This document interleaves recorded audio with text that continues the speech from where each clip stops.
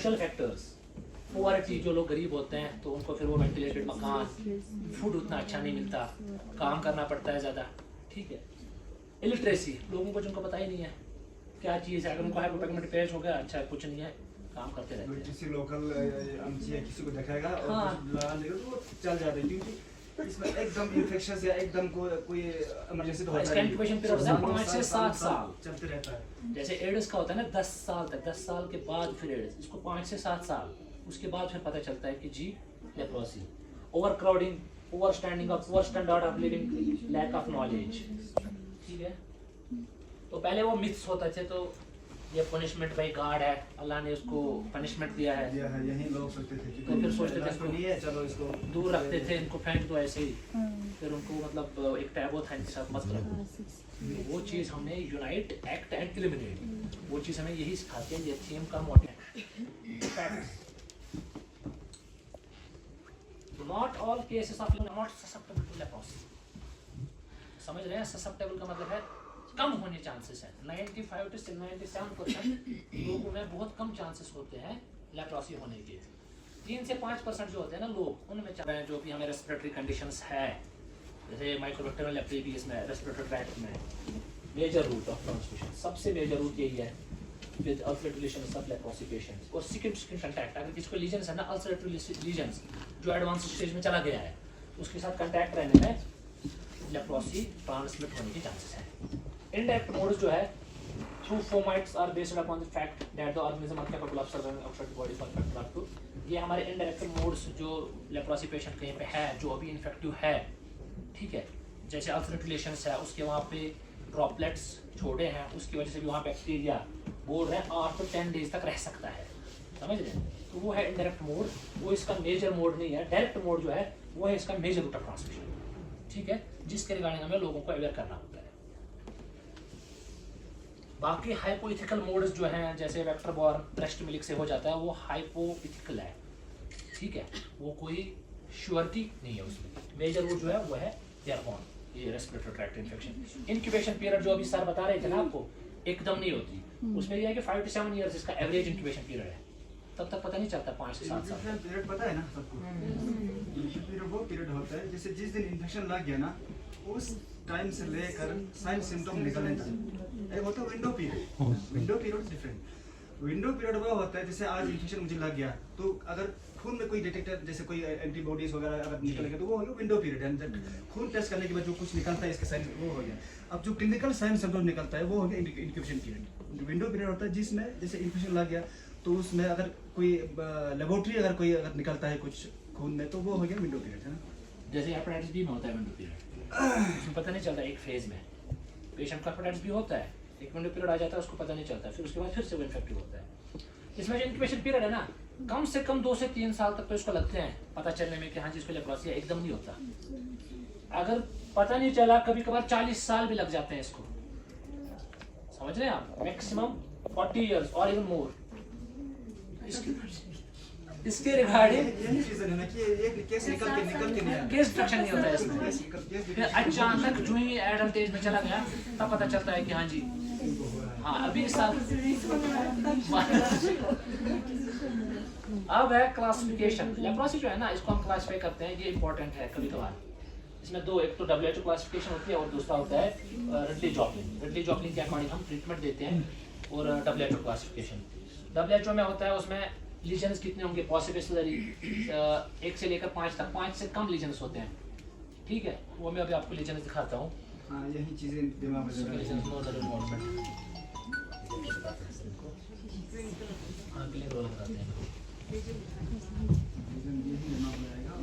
नजर आएगा तो तब उसे हम जरा बता करके आपको यहाँ से दिखाता हूँ, ठीक है।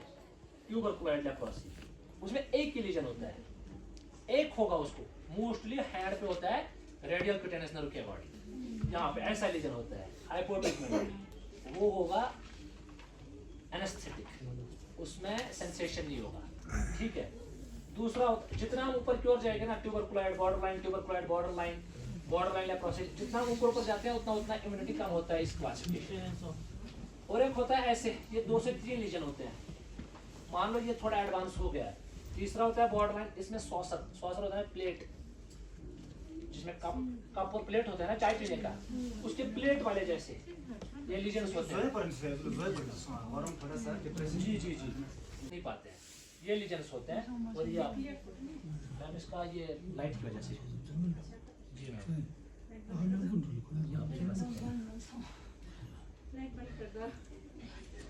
यहाँ पे आप देख सकते हैं ऐसे, इस पे देखो आप, इस पे दिख रहा है, इस पे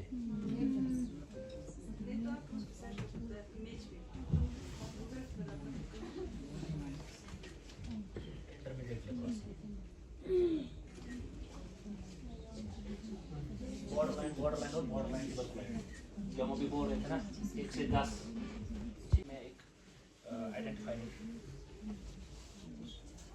कंट्रोल ऑफ लेप्रोसी, कंट्रोल कैसे करें? एक तो है medical measures, social measures, managerial aspects और इवैल्यूएशन। तो मेडिकल मेजर्स जो है वो है general measures by doing surveys.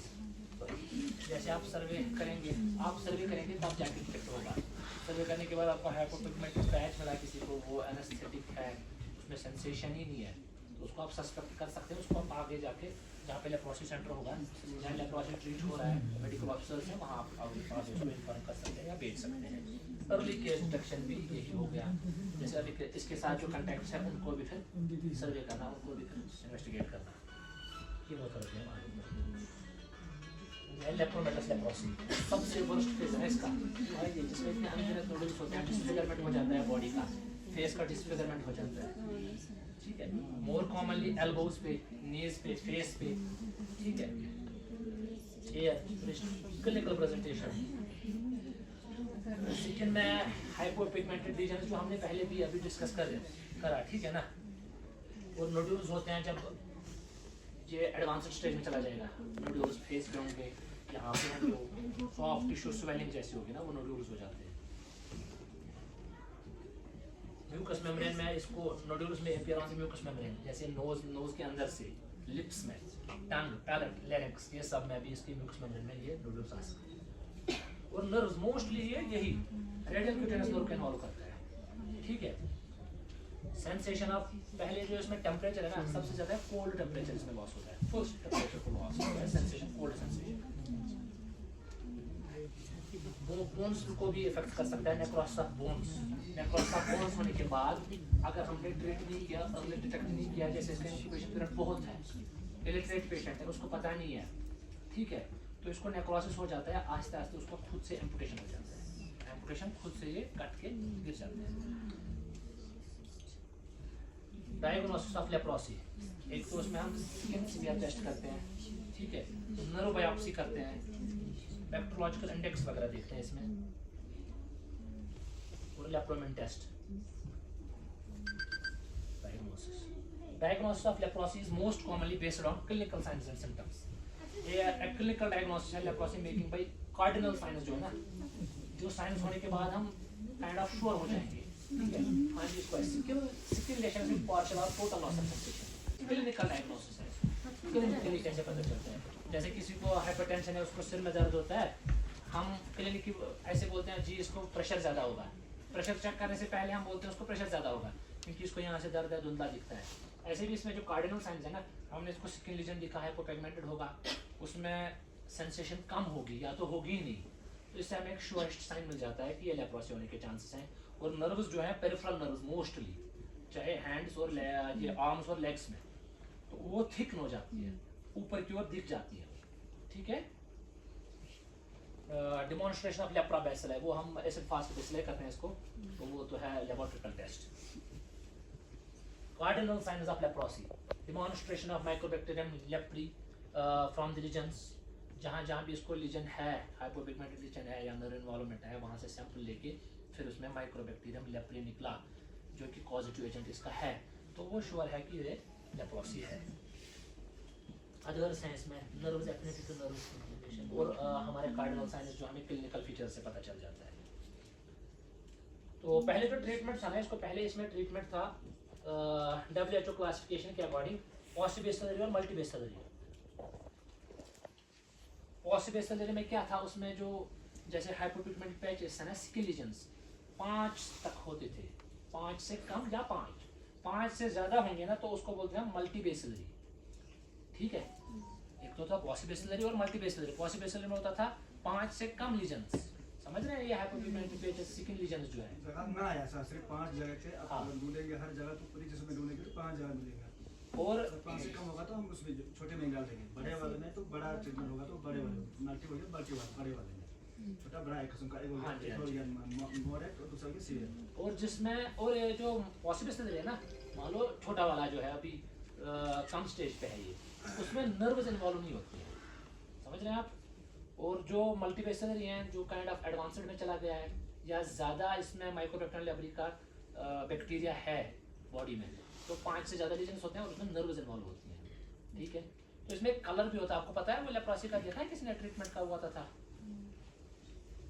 MDT होता है जैसे। एमडीटी। हाँ, तो उसका वो आता था ना एक बॉक्स जैसा वो टैबलेट्स का, आपने देखा है कभी वो कलर कोडिंग? पहले आता था पॉसिबेसिलरी का ऐसे, चिल्ड्रन और एडल्ट के अलग अलग आते थे। ठीक है, तो पॉसिबेसिलरी में अलग से और मल्टीपेसिलरी में अलग से। आपको कुछ याद है कौन से ड्रग्स देते हैं इसमें? आपको ट्रेनिंग हुई है ना, कौन सा ड्रग्स है लेप्रोसी के लिए, कोई आइडिया? रिफैम्पिसिन वगैरह। हाँ, रिफैम्पिसिन देते हैं। टैप्सन।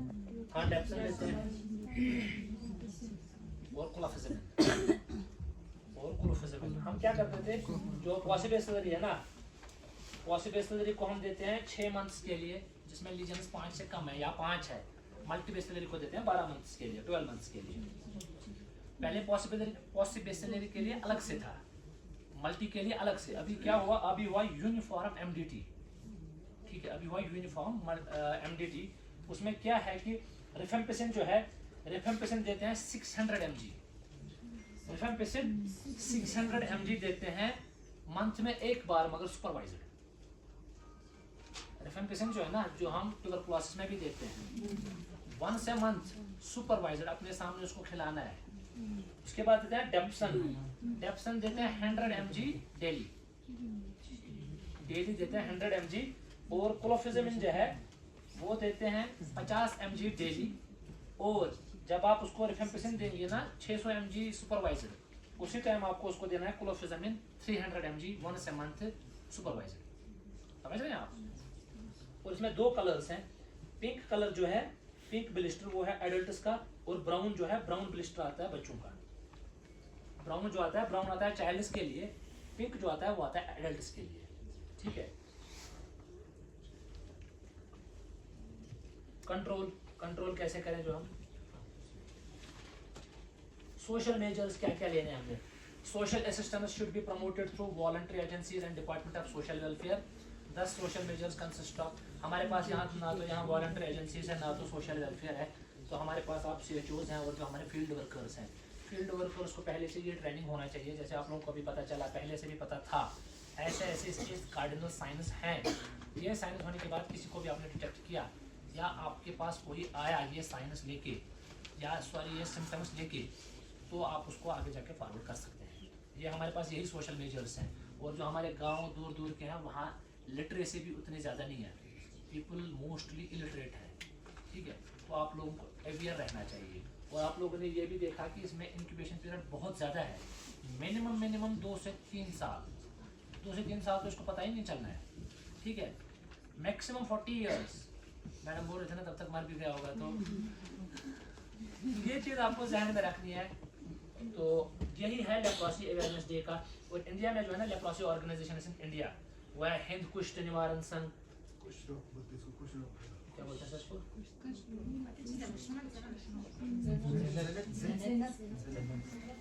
भारत सेवाश्रम संघ, काशी कुष्ठ सेवा संघ, ये सब लेप्रोसी एसोसिएशन हमारे यहाँ तो है नहीं। ये सब national leprosy eradication programme, NLEP programme बोलते हैं। National leprosy eradication programme, national leprosy eradication programme तब बोलते हैं जब 10,000 में 1 से कम लेप्रोसी का केस होगा। समझ रहे हो आप मेरी बात? 10,000 में 1 से कम लेप्रोसी का केस बोलते हैं इराडिकेशन, अगर उससे ज्यादा है तो फिर एलिमिनेशन। ठीक है, अभी मैं Eradication चल 1 लाख में बोल रहे हैं कि 5 के आसपास है 2022 तरफ से ना। तो इसका मतलब इंडिया में तो इसका मतलब हम फिर Eradication अभी NLP चल रहा है सर, eradication चल रहा है। eradication में चल जी रहा है। सर।